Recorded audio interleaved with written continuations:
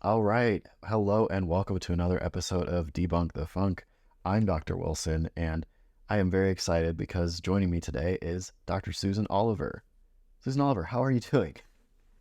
I'm well, thanks, Dan, and I'm very excited to be joining you as well. And as I said earlier, I've been a fan of yours since the start of the pandemic, so it's pretty amazing that I'm now actually speaking to you in person. Well, I think it just makes sense. I mean, you're the host of the Back to the Science YouTube channel. I was a fan of yours the first video I saw, and you've been doing awesome stuff ever since. So I wanted to get you on to highlight your channel to my audience and just talk about you and talk about misinformation. So right away, first thing I want to ask is tell us a little bit about your background and how you actually got involved in science communication in this way. Okay, so believe it or not, I've actually been involved in science communication for most of my career. So I originally got a degree actually in chemistry, but then I started working in medical communications. So we produce sort of patient information, also material for doctors, explaining basically various pharmaceuticals. We also did work for medical charities and also health departments. So I actually did that for most of my career, and I'm not sure what it's like in America, but certainly in Australia, there's really strict rules about what you can and cannot say when you're doing medical communications. And so that meant I did get quite good at being able to read a paper and determine exactly what it was saying and what it wasn't saying. Because if you made a claim about a paper saying something that it wasn't saying, you'd be sort of get like, huge fines. And so that was something that I sort of developed fairly early on in my career. And that's what I did for most of my career. But then as I'm going to backtrack now. I'm going to talk about something that's totally irrelevant. But every 10 years, I've sort of had like a midlife crisis. So the first midlife crisis I had, I gave up working and I was a ski bum for a season, which was absolutely wonderful. 10 years later, I again decided I want to do something different, and I actually worked in a women's refuge for about a year, just sort of helping sort of women who were, a lot of them were, some women escaping from domestic violence, but also women who just for whatever reason were homeless. And then I went back to doing medical communication again, and then another 10 years later. So by then how old was I? Over about 50. Over 50 anyway.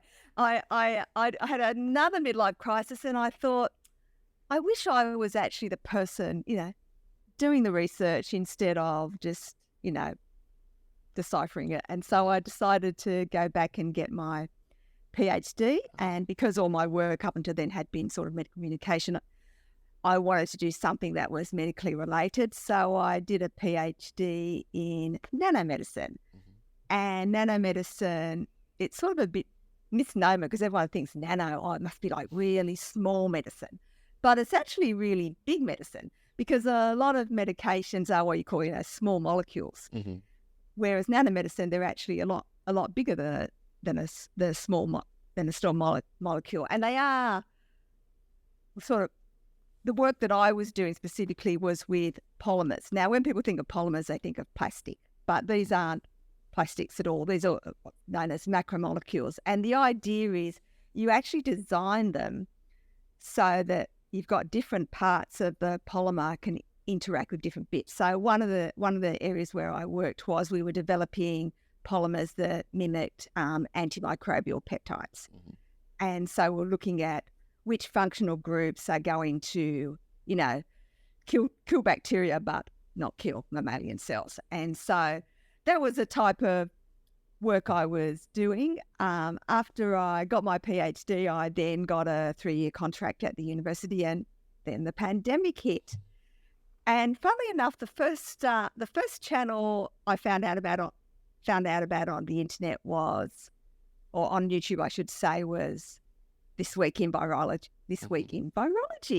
And I'd actually got that via Facebook. And so I'd started I subscribed to that and started watching it. And prior to that, I'd never watched YouTube at all. And then slowly YouTube started recommending other channels. One of them, of course, was yours, which I also started watching. But the other one was Dr. John Campbell. Mm-hmm. And at the time, he was being, quite reasonable. He was pretty much just presenting stats from around the world. It wasn't particularly technical, but I think it was a fairly good way just to keep up to date with exactly what was happening. So I started watching his channel. And then one day I'm watching it and he said something about Australia and he just got it completely wrong. It wasn't intentional. He just didn't understand, basically. So I thought, why don't I just send him a little email and let him know what he got wrong? So I sent him an email explaining that what he said wasn't actually correct. He'd sort of misinterpreted what our chief medical officer had said. And I said, no, he didn't actually mean this. Explain what he meant. And then at the time, Dr. Campbell was also, he'd been sort of showing lots of photos of people wearing masks at the end of his video that they'd sent him. So I'd also sent him a photo of me in the lab. I had a pink lab coat on and I was wearing a pink mask. And I said, look, I'm not sure if you're still showing photos of people, but if you are, here's one of me. So anyway, the next day he did correct himself. He did show the photo of me in the mask, but he also replied to me and said, thank you for letting me know. And yes, I do still have photos. And also I quite like video reports. And so then I thought, oh, okay then. So I just started making these short little video reports for him of what was going on in Australia. Well, fine. And we sort of got we sort of talked, reasonably regularly, just backwards and forwards, mainly by email, but then also sometimes on WhatsApp. We had a couple of personal conversations and we were going to do a video actually talking all about nanomedicine. And we'd set up to do it, but then just as it happened, basically Australia went, or not Australia, but Sydney, where I live, went into lockdown because Delta had arrived and we hadn't quite vaccinated everyone at that stage. And it was just suddenly going rampant after we pretty much kept it out of the country for most of the pandemic. And so I said to him, oh, look, I haven't prepared at all, but we can talk about this, which we did. So we did this interview of me just talking about what was going on in Australia, which I've got to say, it's a bit, when I watch it, it's sort of a bit cringeworthy, actually. I'm just a bit, like I said, as I said to you earlier before we started, I'm not really very good at being interviewed, but anyway, it happened. And then at the end of that, he sort of said to me, well, we'll do the other one later. But he said to me, look, can you just buy a proper microphone first? Because I was just using my computer audio.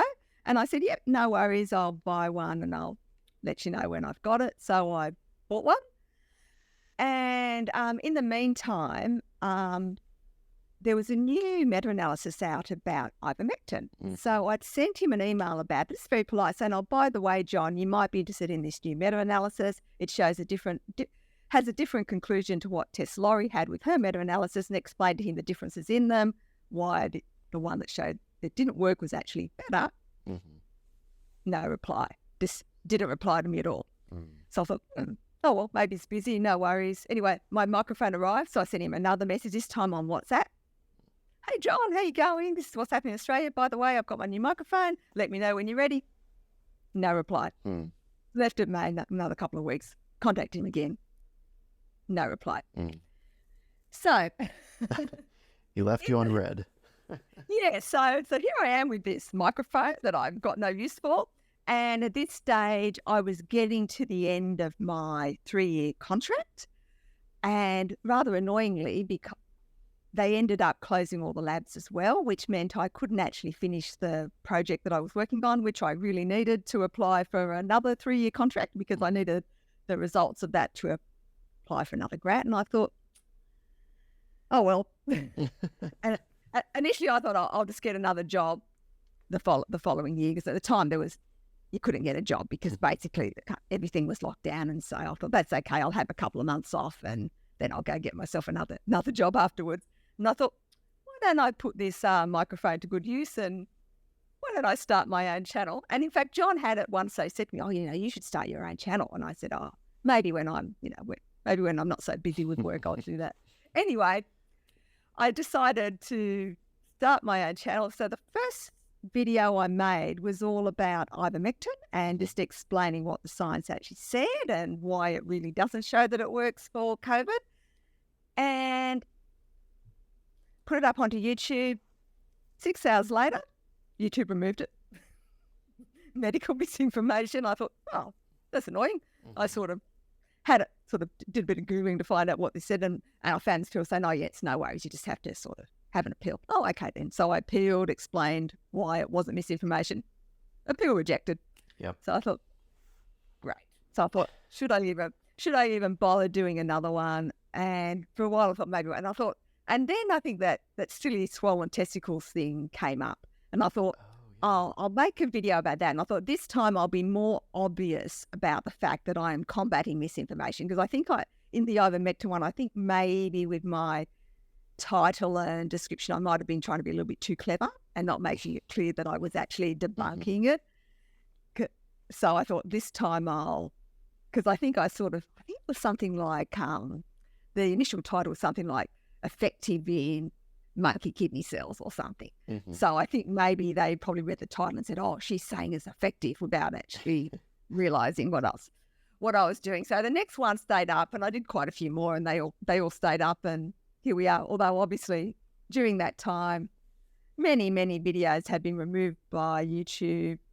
Many appeals have been rejected, but luckily the social media team on Twitter seemed to be reasonably good now at getting them reinstated. And they did eventually even reinstate the old ivermectin video that was my first video. So that's now back after all this time. So that's a rather long story as to how I did it. And also why I ended up not getting another job when Australia reopened again was I realised how much I love not working. I just love the fact that I no longer set my alarm in the morning. I do actually have it set at 7:30 as like a fail-safe so that I don't just waste too much time in bed. But I used to get up when I was working like about 10 to 6 every morning, and I was always go. And so I'm really loving the fact that I just don't have to do that anymore. And so, so I thought, I sort of, when I was working, I was sort of fairly smart with investing my money and everything. So, which is obviously why I could afford to go back and get a PhD, because as you know, you don't really get paid a lot of money when you're doing a PhD. So Right. I didn't need to work for money. Like even so the last 3 years when I was on the contract, everything I earned is in the bank. I didn't spend any of it. So I figured I don't actually need the money. So I'm really enjoying not working. So I'm not going to work anymore. That's totally understandable, and that's all great. I mean, so I think, people are going to want to see us get into talking more about John Campbell, but first I just want to talk a little bit more about your background. So I think that maybe some people watching who might be thinking about doing a PhD might be wondering if they should take time off before doing their PhD, like between undergraduate and graduate, or if they should work another job between those times. You had a very, I guess, different path where you had this really long gap between your initial degrees and then your PhD. Do you think that time helped you in your PhD? That's $1 million question, and I'm not really sure.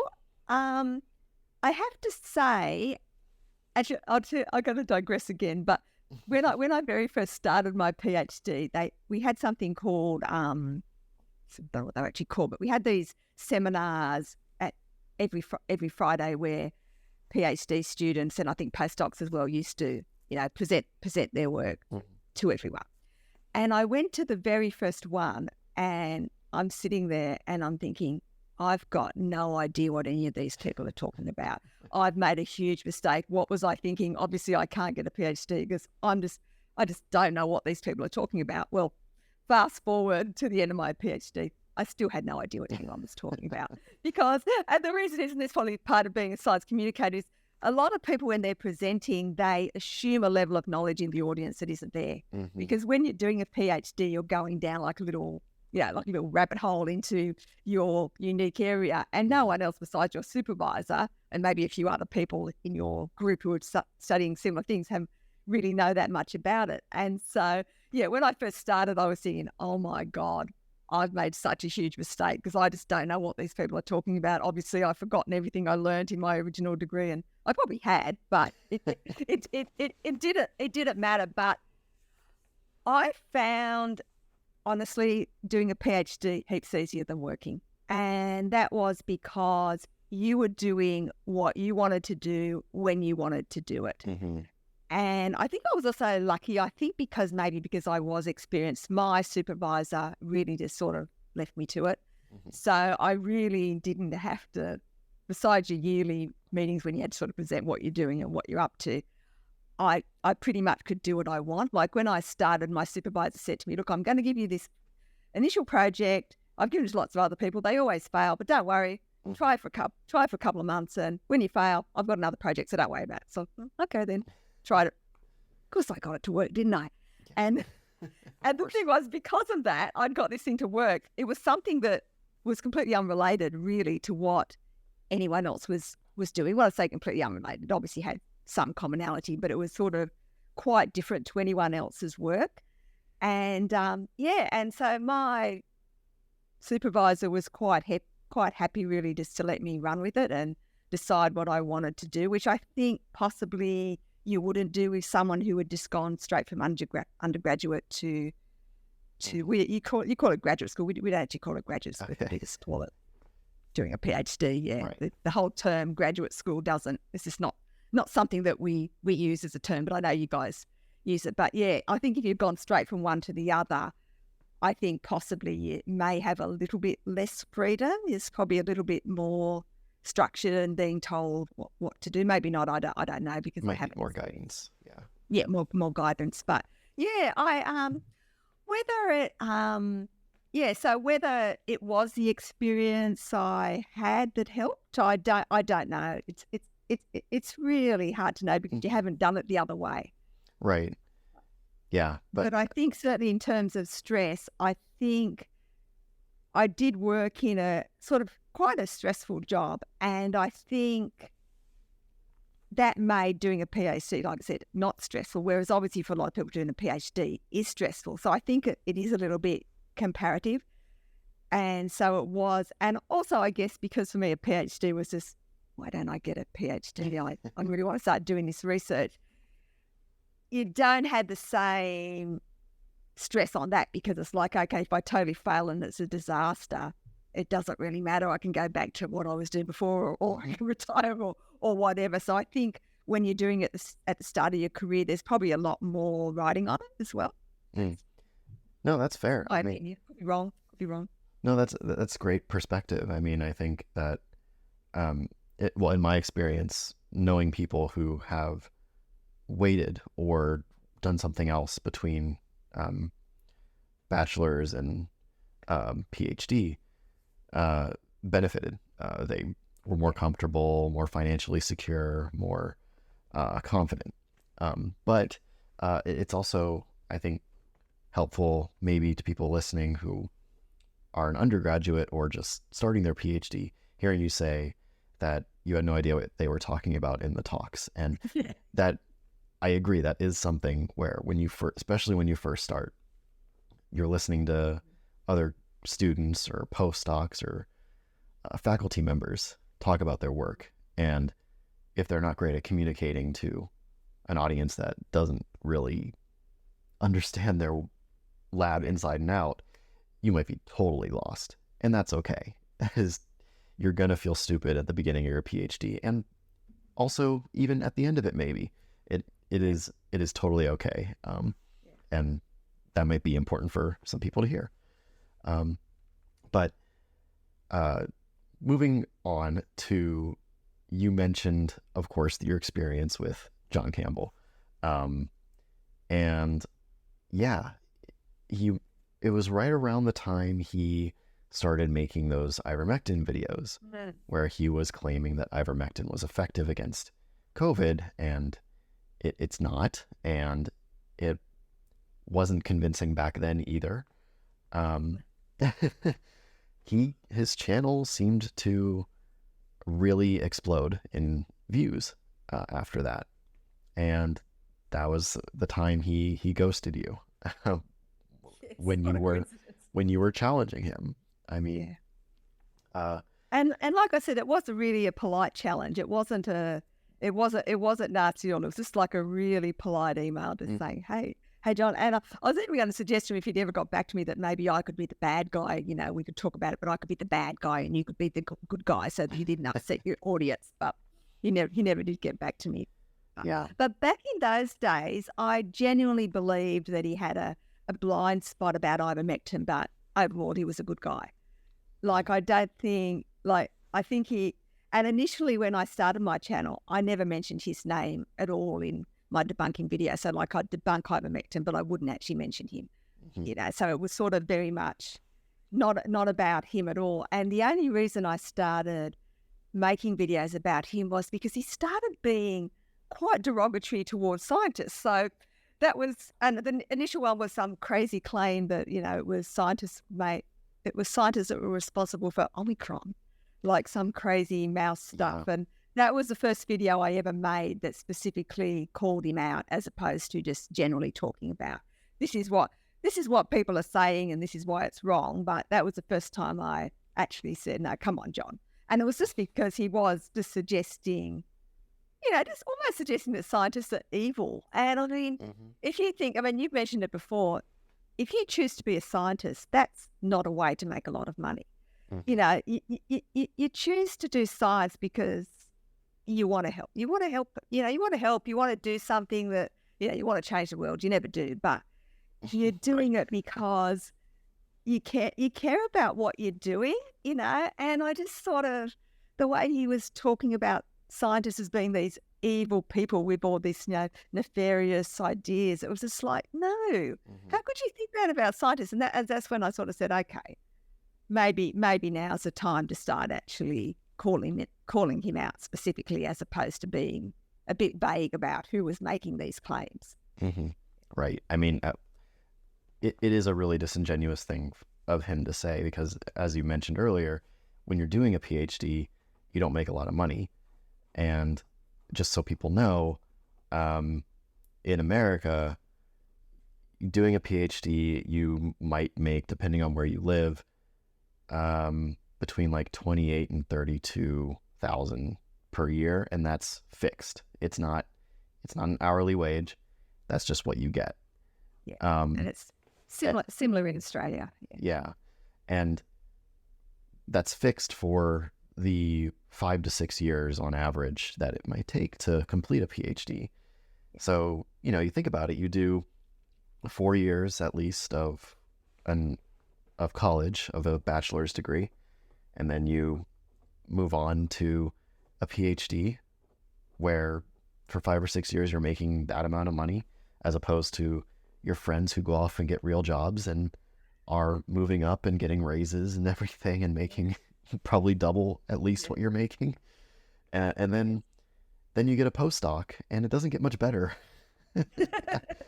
And so it's really rough. It's a rough path. And, you know, I'm not saying this to discourage anybody listening to not do a PhD. I'm just saying, if you choose to do it, you're choosing it because you love it. You're not choosing it for the money. And so, yeah, for him to insinuate that scientists were somehow responsible for Omicron, and he even, you know, suggested that they're responsible for monkeypox.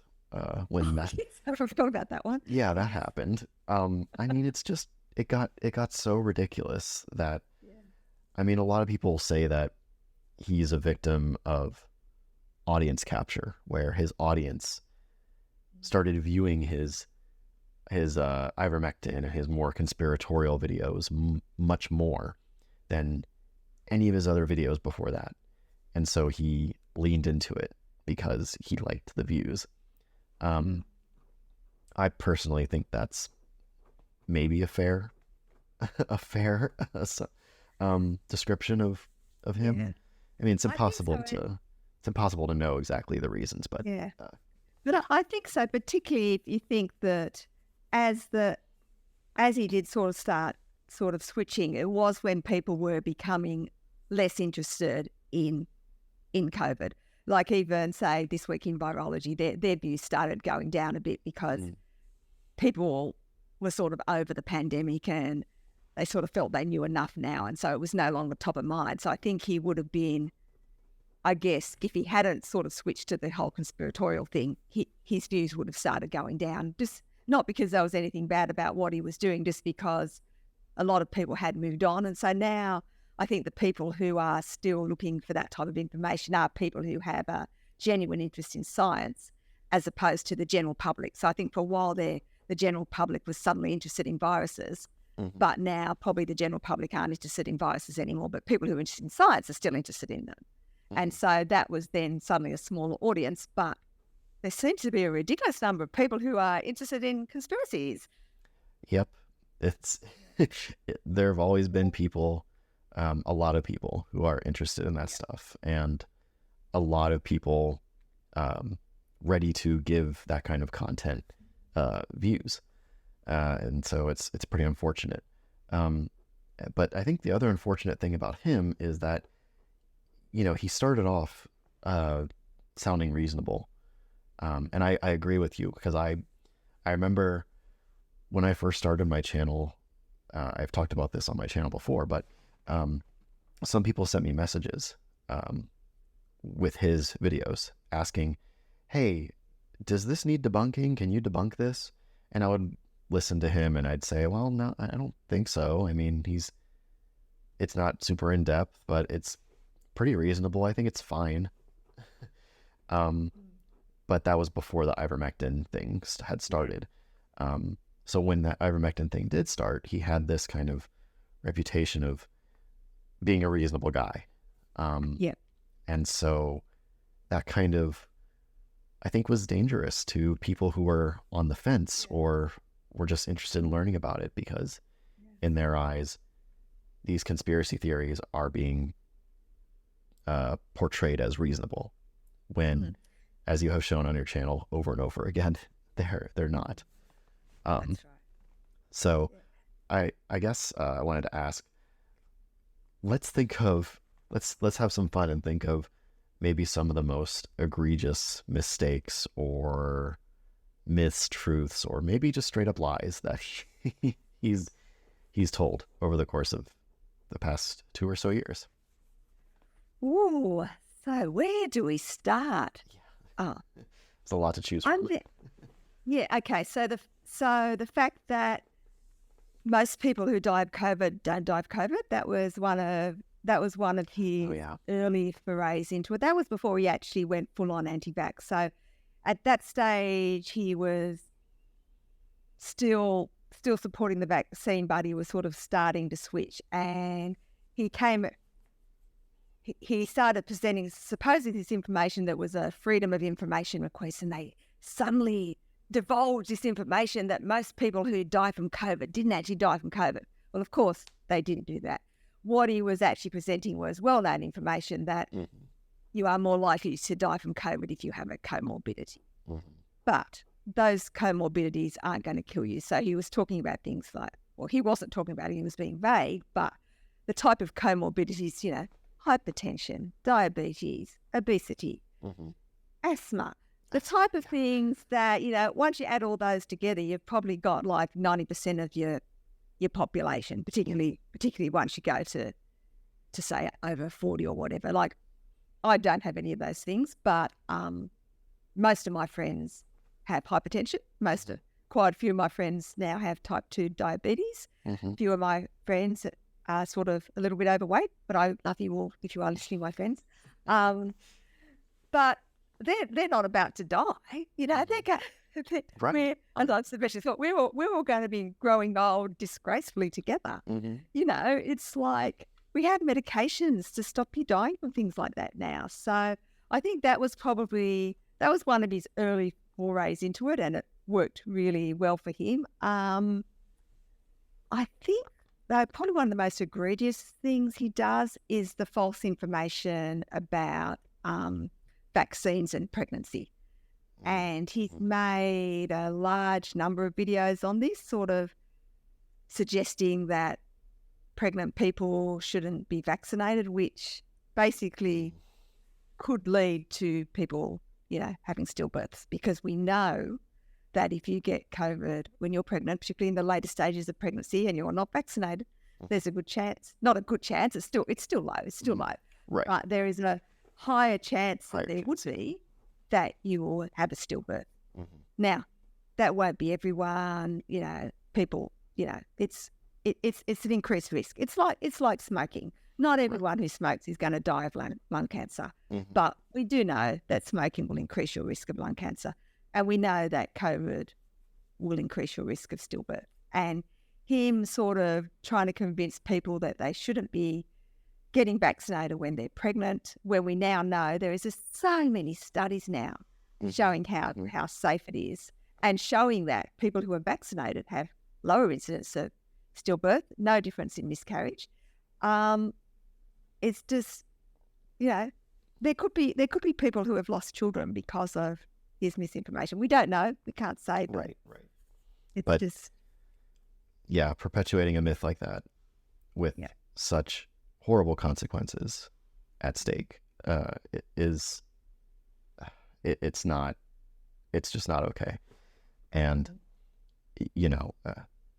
I agree, it's super egregious, but a lot of people, I think maybe his fans, would say, oh no, he's just reading studies, he's not misrepresenting them, he's just underlining quotes and telling us what the papers say. What would your response to that be? Well, my response would be, sometimes he's not even showing you a study. Sometimes he's actually claiming something is a study. And like sometimes, one time he showed a study that had actually been retracted, but instead of showing a link to where the study came from, he was showing the link to an anti-vax blog that had a copy of it from before it was retracted. So there's that.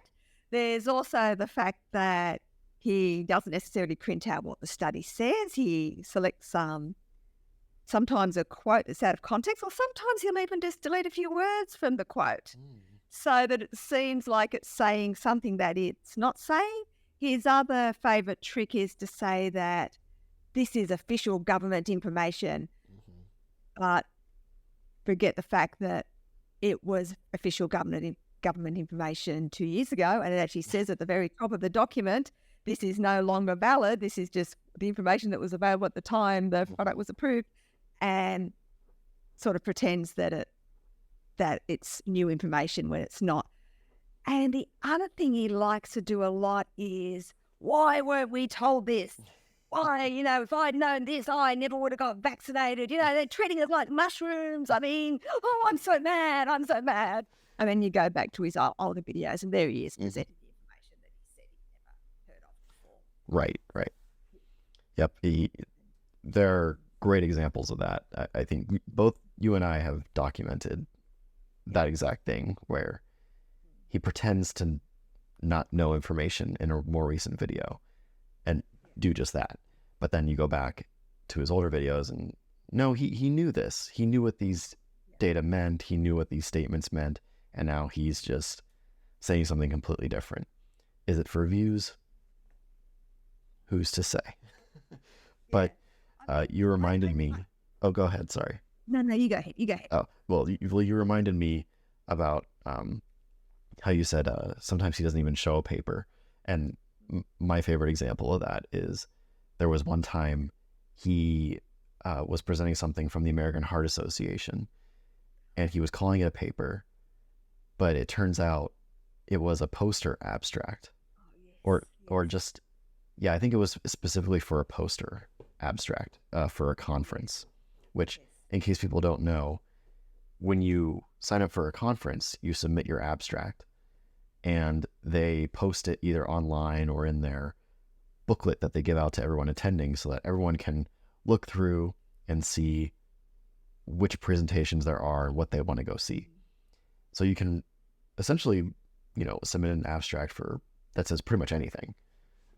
There's not much vetting that's done, and that gets put into the program, and that's what he was showing, calling it a paper. And there were even times where he was like, I can't find the full publication and I'm not sure why. And it's like, dude, if you look at the top of the page, it says that it's an abstract submission for a conference. And I think in one case, not only did it say at the top of the page that it was an abstract for a conference, it also said that there was an expression of concern. There was, yeah. Mm-hmm. Yeah, I don't know if that was there when he first covered it, but it was there. Oh, it was there? Okay. Absolutely was there, yeah. I did a video about that one as well, but same thing. That was before I was calling him out. So I was just saying, some YouTubers are talking about, it was only a little 60-second one. I was like, some YouTubers are talking about this. This is what they're not telling you. And I was showing the expression of concern. So yes, he was. Okay. That's even worse. I didn't specifically mention his name in the video, but yes, he was. And he's done that a few times. There's been something there basically saying this information is not true. Mm-hmm. And he'll just present it. Or he'll present stuff that is so obviously wrong. Like there's been a couple of times with these freedom of information things where whoever's doing it has just made a mistake and sent out information that unless you're an absolute idiot, you know it's wrong because it just can't be right. Like you had one, I think Swindon, and he did his calculation saying, based on this, there's 4.6 million people have myocarditis now in England. Like, you'd think we wouldn't have noticed that, John. Right. By the way, if anyone's fact-checking, I'm not sure he actually said 4.6 million. I can't quite remember. It was some ridiculous number like that. And it's like, seriously? You haven't worked out that that's a mistake? Mm-hmm. So he does that a lot as well. And, Yeah, it's a shame. It's a shame that, a channel like his that probably is a victim of audience capture and is just pivoting to this complete off the rails misinformation trail is getting so many views and so many subscribers, whereas a channel like This Week in Virology doesn't. And they've been doing science communication for just as long, if not longer, than him. I can't remember exactly when his first video was posted on YouTube, but they've both been around for a very long time. Yeah, I think if I recall something like maybe 27 or something, I think. 2007. 2007. Like okay. Because his initial videos were just like the nurse training videos. Right. Which are actually quite they're good. They're really They were good. And it would be he should be removed from YouTube. But it would be a shame if those videos went, because they are actually, I think, quite educational, and I'm sure they have benefited a lot of nurses in their training. Like he does. That's why he's so dangerous. Is he really is very good at explaining things, and he's got that calming voice to me, he sounds like, because I'm from England, so he sounds just like my uncles. And when I'm listening to him, it's like I'm listening to one of my uncles talking to me. It's just so nice, and but he's now spreading misinformation. He had a chance, like if he'd stuck to what he was doing and just kept presenting stuff that was correct, he wouldn't have anywhere near the followers, but he'd be doing something really important, because he is really good at explaining things. But because of that, he's also really good at making things that are total bollocks sound convincing. And he will throw in a few big words, and it kind of sounds, oh yes, he knows what he's talking about. And sometimes he doesn't. Like, for instance, he talks about traditional vaccines and why they're so much better. But whenever he talks about it, he says, they used to just kill the virus, and you got the whole virus. It was really good, but blah, blah, blah. Well, to start with, sort of inactivated viruses are one form of traditional vaccine. We also have attenuated viruses, which are doing a fairly similar thing to what the mRNA. mRNA, yeah. But if anyone I knew where knows, you were going with it. Yeah. I just talked about a machine that we use for analysing stuff. Anyway, Yes, mRNA vaccines are actually doing a similar thing, really. They're getting your cells to produce something, which is just what an attenuated virus vaccine does and just what a virus does. And then he also forgets to mention that we've actually had lots of subunit vaccines on the market absolutely ever. So he's making this argument that sounds really convincing to people. Yes, why aren't we just using the whole virus like we used to do? But we haven't been doing it forever, you know. It's like, in fact, I don't think there's too many new vaccines now that would use, I mean, there would be some, but they tend to it's more of a subunit virus vaccine now anyway. Yeah, newer vaccines, I mean, they tend to try to be more targeted, right? Because beforehand, like giving an attenuated or a live pathogen vaccine, there are a lot of different antigens there. And some antigens might be creating a less useful immune response than others, and sometimes they might give more of a chance for more adverse effects. But if you lower the number of antigens to just one thing or a few things that you know are going to have a really good immune response, then the vaccine's more likely to be effective, and you can like more easily change things if you find out that there are things about it that might be unsafe. Whereas, you know, if it's a whole inactivated or attenuated pathogen and you find out that it's causing some adverse event you don't want, then you have all these different antigens there that might be responsible, or something to that effect. So yeah, that's a little tangent, but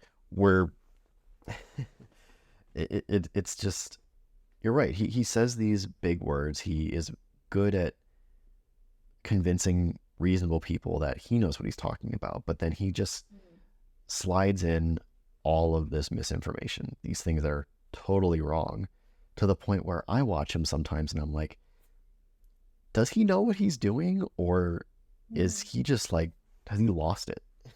Like, I can't tell sometimes. Yeah, I agree. And sometimes I guess what they call it cognitive dissonance, when you just look for stuff that then supports what you believe. So I think there is some of that going on with him. And also, like, when he first sort of started going down the ivermectin rabbit hole, he was being led by people that to him probably seemed credible. You know, he was talking to Pierre Corey, he was talking to, I've forgotten the name now, Tess Lowry. Yes. You know, and so to him, and I remember particularly the interview he did with Tess Lowry, you know, and he sort of talked about, you know, you are so good, she's done this, she's done that. And so I think he is very easily swayed by someone who appears to be an expert, as is everyone, because you're not going to know if you don't know the area. You know what I mean? I remember going back a long time ago, climate change. So I started following some people who were presenting probably misinformation about climate change. Well-credentialed people, not the complete nutters who were saying that, you know, greenhouse gases don't work, that sort of stuff. The more subtle people saying, yes, we are going to see an increase in temperature, but it's not going to be as bad as you think because of this, because of this, because of this. And I'd listen to them and I'd think, yeah, that sounds fair enough. And I wanted to believe it. I want to believe it, yeah. I'm a mad keen skier, and Australia's not a good country to live at the best of times if you're a mad keen skier, but climate change is, like this year we basically just, our ski season was just absolute crap. There was, I didn't go down because I used my holiday money on cataract surgery this year, but so I didn't go down anyway, and I'm sort of glad I did because we had virtually no snow at all. But like I said, I did sort of listen to these people though and think, yeah, and I was only listening. I wasn't sort of passing it on to anyone else, but I was thinking, yeah, what they're saying kind of makes sense to me.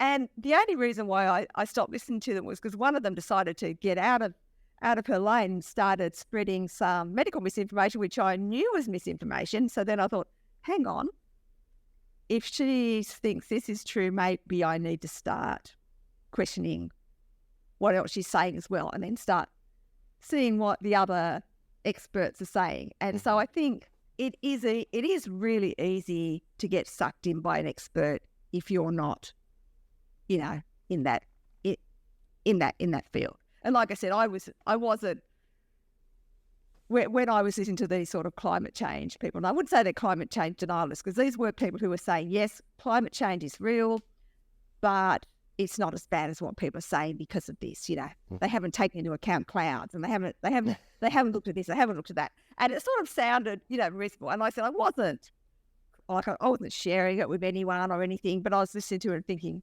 yeah, maybe they're right. Maybe I am going to be able to keep skiing, but. And like I said, it was really when they just started spreading this through in some medical misinformation, and it looks like we're not the only ones where people aren't telling the truth. We've now found out this, and I thought, no, that's wrong. Maybe you're wrong about this as well. And so then I just stopped following them. But you can understand how it can happen. Yeah. I don't know. You should tell us, of course, about your original start as a conspiracy theorist. Oh, yeah. I mean, I totally know what you mean, because, I used to believe in conspiracy theories, and it's super easy to get sucked in. But kind of like what you said, like, there were some conspiracy theories that I would hear about that were too crazy, and I'd say, no, that's wrong. But they were also saying the things that I believed. And so that was just one of the things that helped me be like, well, maybe I should rethink this. But maybe with John Campbell, there have been things that some people have found in his past that point to him maybe always having a little bit of a weird belief system. And I haven't reported on it on my channel because I don't know how to report on it in like a video format that seems objective, because it would just come off as like saying, oh, this guy's crazy because he believes these things. But in this format, I have no problem mentioning it, that the fact that, there are messages, comments that he's left before, pretty much saying like, pretty much praising creationists, creation scientists. So there's that. He was like a big supporter of Brexit, I believe, and just very right-wing kinds of views.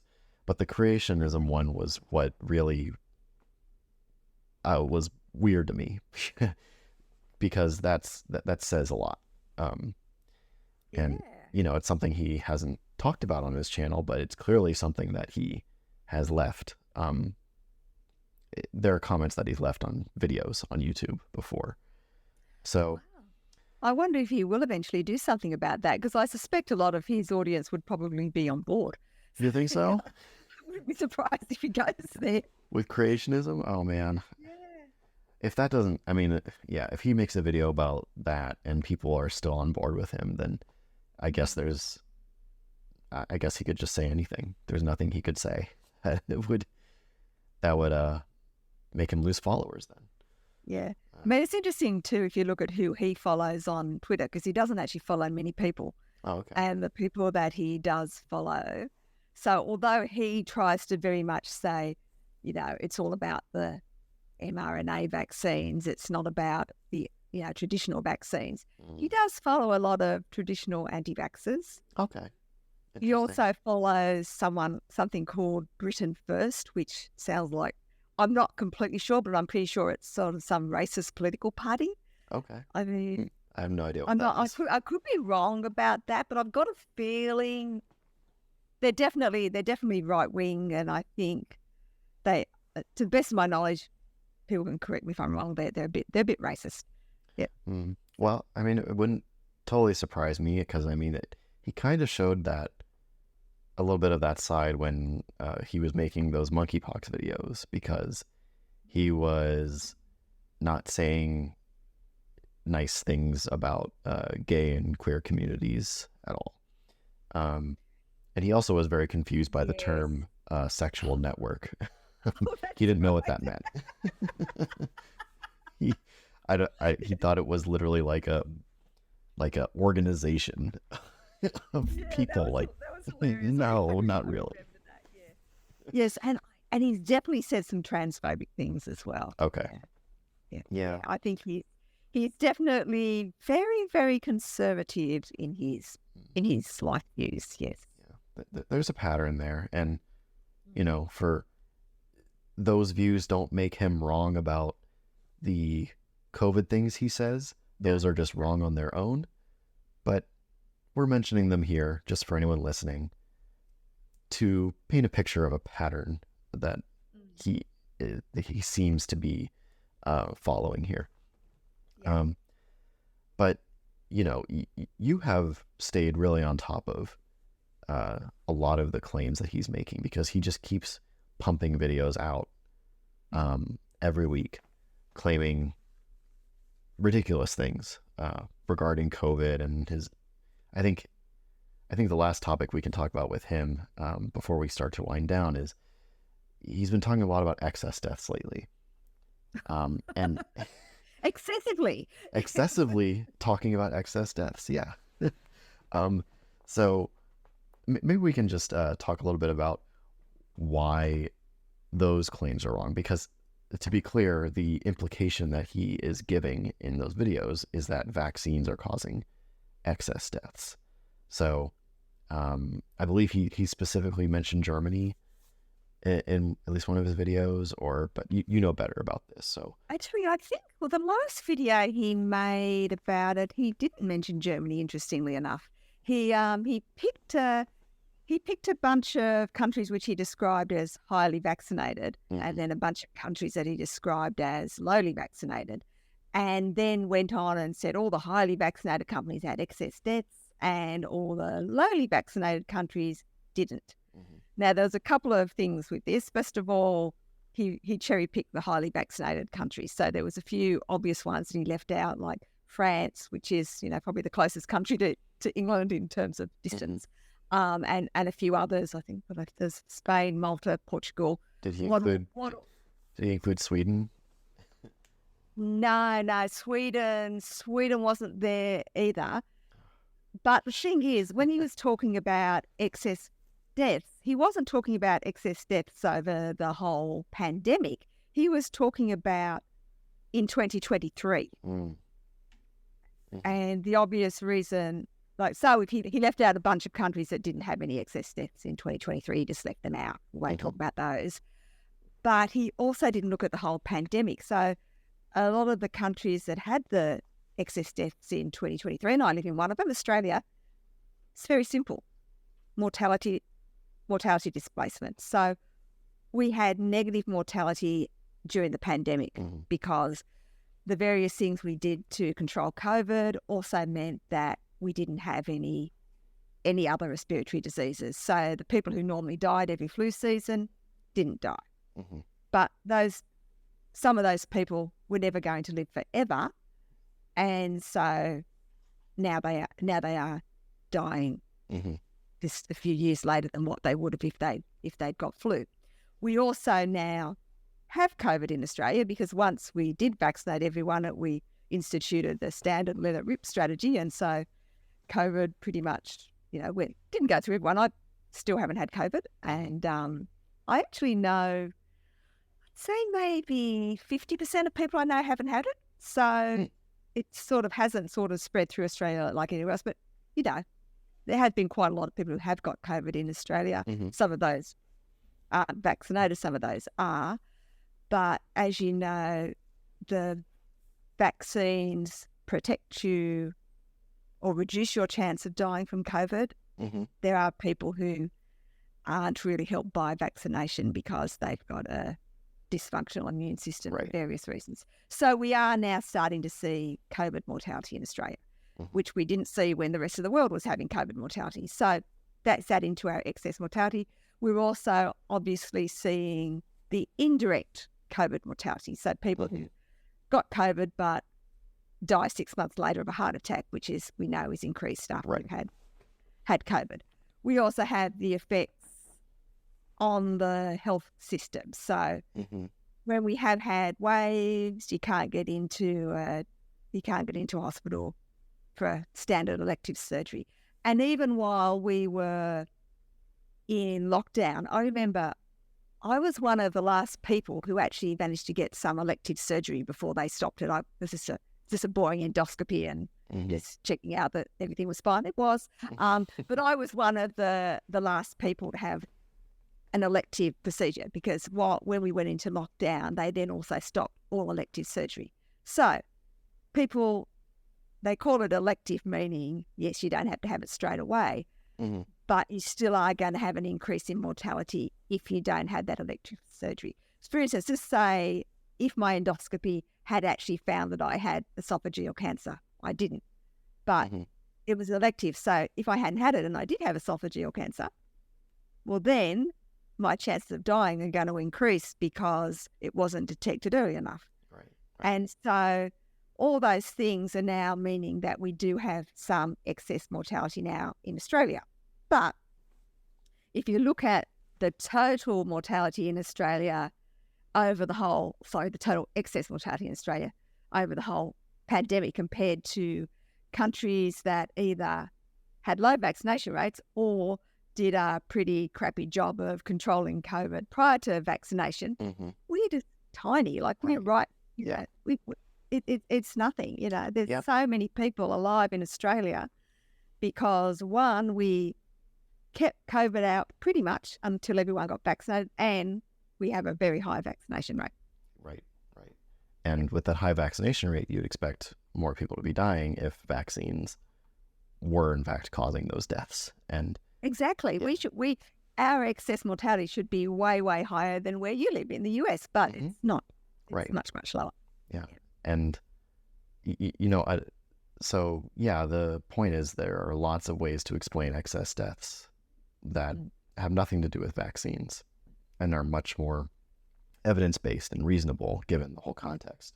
That's right. And there is also just natural variation. Like if you go back and look at, and I'm most familiar with Australia, but if you go back and look through Australia, every few years we have excess mortality because you're never going to have a completely, it's never going to be completely flat. There's always going to be natural variation in anything.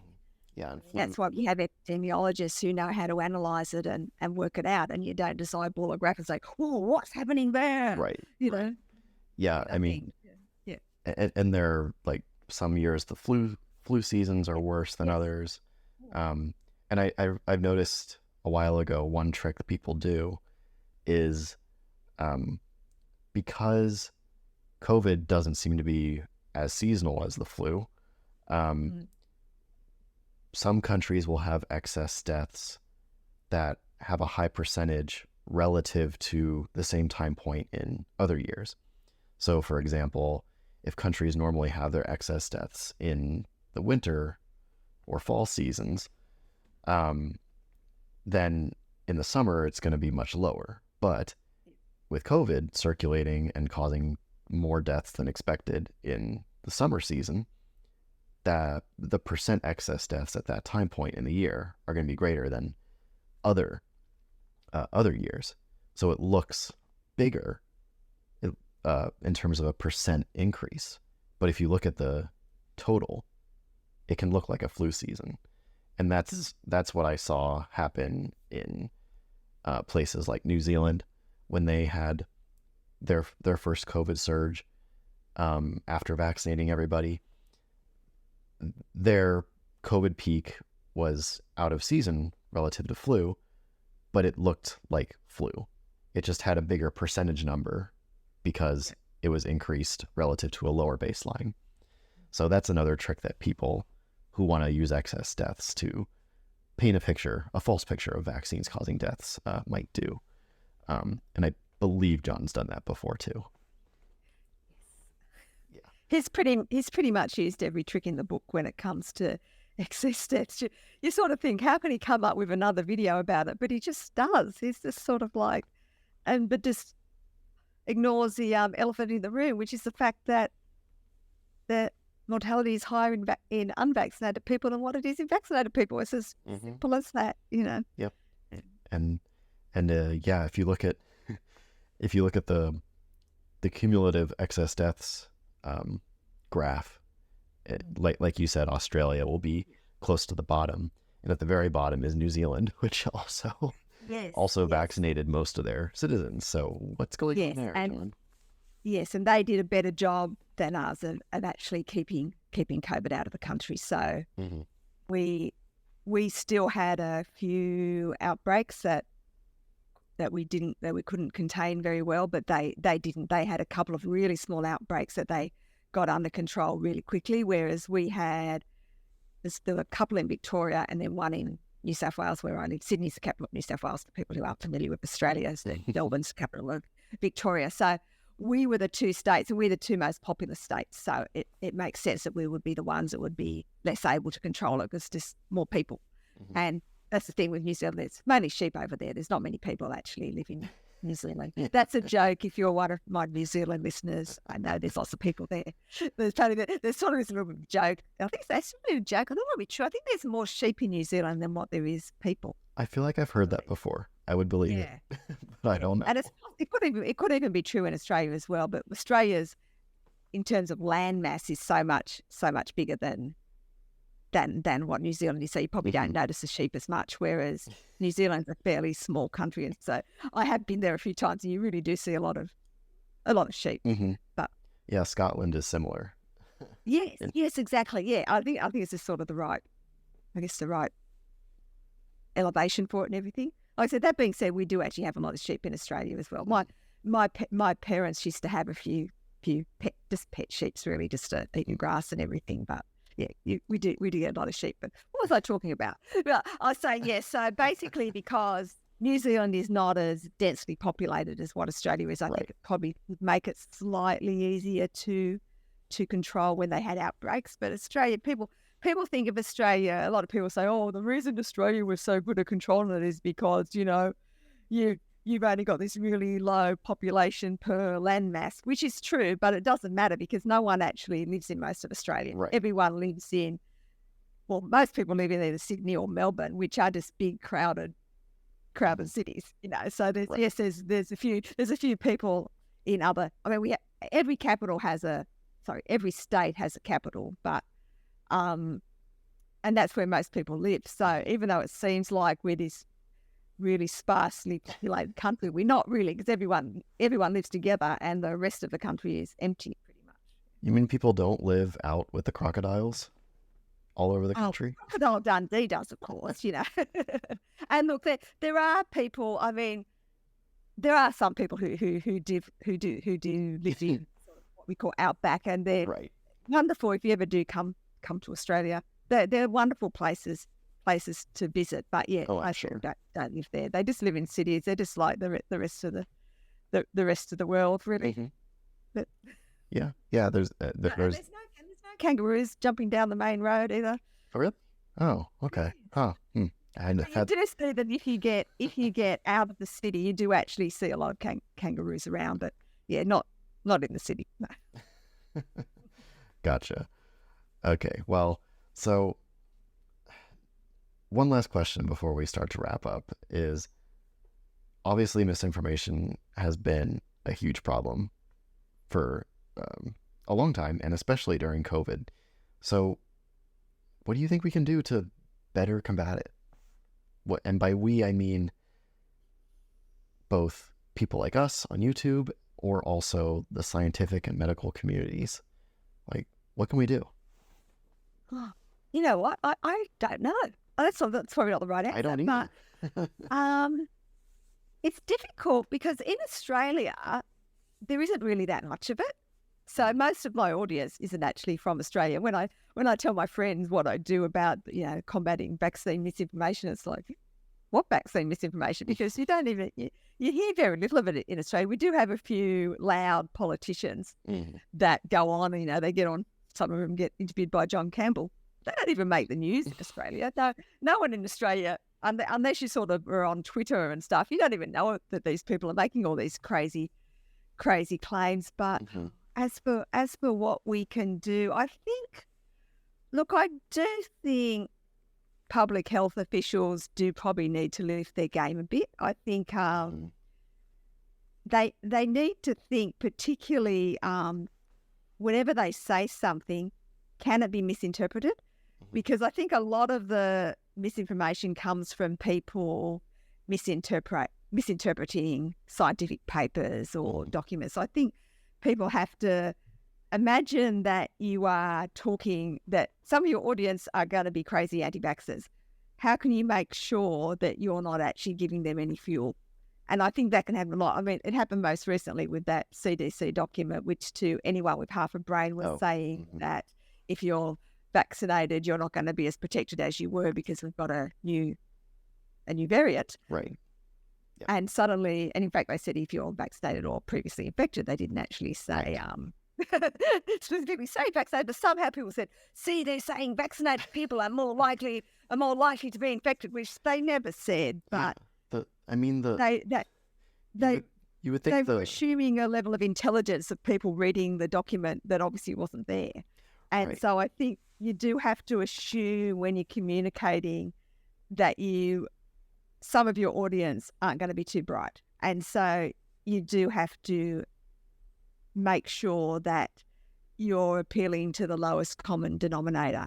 And particularly now with the internet. So like once you could write a scientific paper and the only people who would read it would be other scientists. And that's would still be the case for my papers because they're not particularly interesting to anyone who's not in the field. But there are now, when you're talking about COVID, anything you write, you have to assume it's going to be read by an anti-vaxxer who's going to try and find some crazy way to make it say something that it's not saying. So I think everyone does just need to be a bit more careful in how they communicate.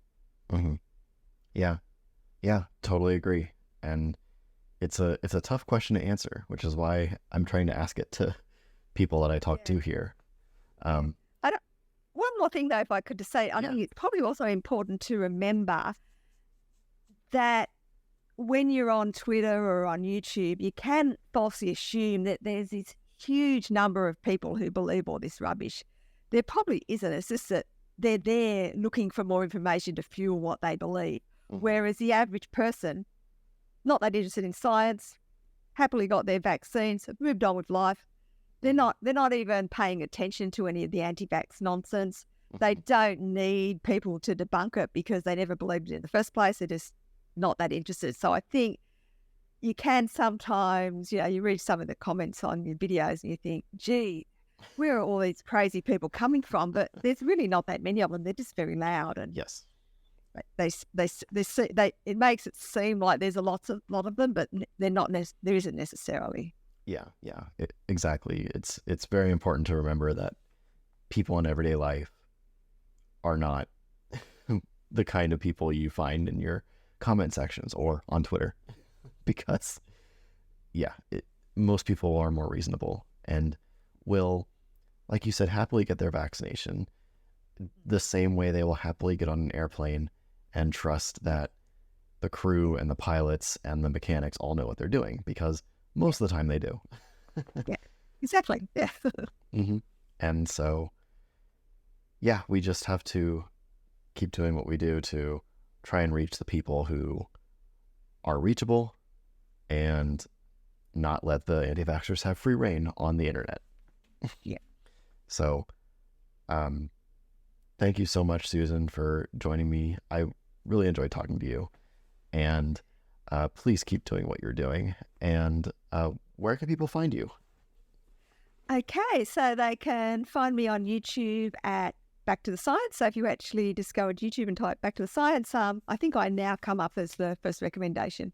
When I first joined YouTube, you end up with all these videos about how to do back exercises. But I think now I do actually come up. So my channel's called Back to the Science. I am on Twitter as well. I think I'm called Dr. Susan Oliver on Twitter. I don't read a lot of the comments that are made on my Twitter posts. So all those people who are happily insulting me, I'm not seeing any of it. I actually have everyone who doesn't follow me is automatically muted, so I don't get notifications. And anyone who does follow me and decides to insult me, I mute them as well. So all I see is all these people actually responding to the people who've insulted me. So I just see all these nice people saying nice things about me, and I don't see all the horrible insults. I do see them on YouTube though, and they're very amusing. Yeah, they're amusing. I'd agree. Well, I'll be sure to link all that stuff in the description. And thank you again for I'm on joining. Facebook as well, actually. I've got a Back to the Science. I've completely forgot about it. I do have a Back to the Science on Facebook, which all I do on that is just post links to the video, and that's it. Yep, makes sense. I'll link that too. But yeah, thanks for joining and having some fun talking about our favorite misinformation spreader. And yeah, you take care. You too.